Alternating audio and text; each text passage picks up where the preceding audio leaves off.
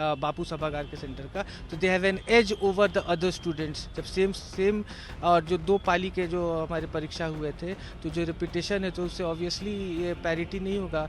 जो 4th को जो बच्चों ने एग्ज़ाम दिया तो दे ऑलरेडी न्यू कि किस पैटर्न पर एग्ज़ाम हुआ है। तो एक साथ सबको उसको टैग कर दिया गया है और एक साथ इसकी विस्तृत सुनवाई 31 जनवरी के लिए ऑर्डर हुआ। बीपीएससी 17वीं पीटी परीक्षा रद्द करने के लिए पटना हाई कोर्ट में एक याचिका पहले से दायर थी, जिसकी दूसरी सुनवाई 31 जनवरी को होनी है। लेकिन जब आंसर की बीपीएससी ने जारी किया, उसके बाद अभ्यर्थियों ने असंतुष्ट होकर एक और याचिका जो है पटना हाई कोर्ट में दायर किया था, जिसकी आज सुनवाई होनी थी। और इस दायर याचिका में जो केस लड़ने वाले थे, अर्पित आनंद वकील, वो भी हमारे साथ हैं, और रमांशु सर जो कि इस याचिका में समर्थन भी कर रहे हैं, वो भी हमारे साथ हैं। सबसे पहले तो जानेंगे कि आज जो कोर्ट में सुनवाई हुई इस दायर दूसरी याचिका थी ना यदि? जी, दूसरी थी प्रशांत शेखर एंड अदर्स, पहली याचिका थी पप्पू कुमार एंड अदर्स। तो इस पर आज सुनवाई हुई, प्रशांत शेखर एंड अदर्स पर विस्तृत सुनवाई हुई। हमने माननीय न्यायाधीश को सारे अपने तथ्य बताए कि कैसे ये संविधान के अनुच्छेद 14 और 21 का उल्लंघन है।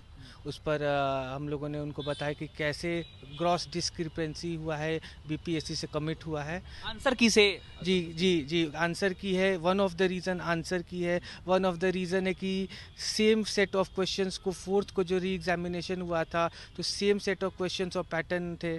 तो उसमें जो 4th को बच्चे जिन्होंने रिपीटेशन हुआ है जो उन बापू सभागार के सेंटर का, तो they have an edge over the other students. जब सेम और जो 2 पाली के जो हमारे परीक्षा हुए थे, तो जो रिपीटेशन है तो उससे ऑब्वियसली ये पैरिटी नहीं होगा।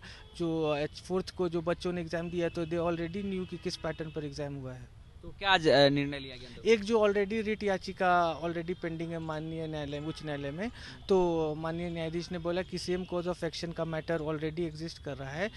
कुछ स्टूडेंट्स उसमें हैं, कुछ मेजर स्टूडेंट सर के साथ हैं, तो एक साथ सबको उसको टैग कर दिया गया है और एक साथ इसकी विस्तृत सुनवाई 31 जनवरी के लिए ऑर्डर हुआ। तो कोलैब कर दिया गया है दोनों? जी अगली सुनवाई कब होगी इसकी? 31, क्योंकि वो वाले पप्पू कुमार में ऑलरेडी डेट था 31 का जनवरी का, तो इसको भी साथ में ही सुना जाएगा। कितने वकील जो हैं वो उस केस को लड़ रहे थे इस वाली याचिका आपके अलावा?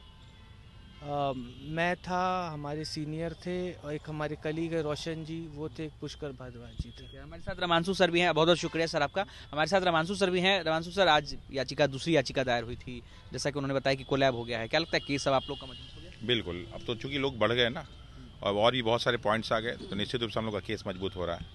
बिल्कुल केस मजबूत। किस तारीख को सुनवाई होनी है? 31 देखिए, चूंकि क्या है कि वो दूसरे बेंच में था, ये दूसरे बेंच में था।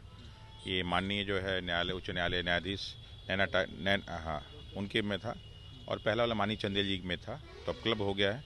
अब देखिए जिस हिसाब से रोस्टर के हिसाब से आएगा उस हिसाब से। इस वाली याचिका में क्या किन किन बातों का उल्लेख किया गया? देखिए, मेन उद्देश्य तो हम लोग का री एग्जाम होना चाहिए, लेकिन सही ढंग से एग्जाम भी होना चाहिए। तो इसके लिए हमने जो 2 मुख्य मुद्दे जो रखे, 2 अपने पॉइंट रखे हुए हैं कि पहला तो यही था कि जो क्वेश्चन गलत होने के बावजूद भी कैसे इन्होंने जो है जो आंसर की जारी किया था, कैसे इन्होंने एक साथ बना दिया रिजल्ट, और दूसरा है कि 13 और 4 वालों का एक साथ इन्होंने रिजल्ट किस आधार पर बना दिया। ये 2 मुख्य मुद्दे हैं और ये अपने आप में बहुत ही महत्वपूर्ण मुद्दे हैं। इसी मुद्दे पे सारा का सारा केस है और हम लोग को विश्वास है कि हम लोग केस जीतेंगे और ये री एग्ज़ाम बहुत अच्छे ढंग से होगा, और ताकि जो है इसमें अच्छे बच्चे सेलेक्ट होकर जाए, ताकि बिहार का भविष्य थोड़ा सा मजबूत हो। चलिए, तो 31 जनवरी को अगली सुनवाई होनी है। दोनों ही याचिका को कोलैब कर दिया गया है, मर्ज कर दिया गया है। अब 31 तारीख को उच्च न्यायालय में इस याचिका को लेकर के अगली सुनवाई होनी है। अनिकेत कुमार, बिहार तक, पटना।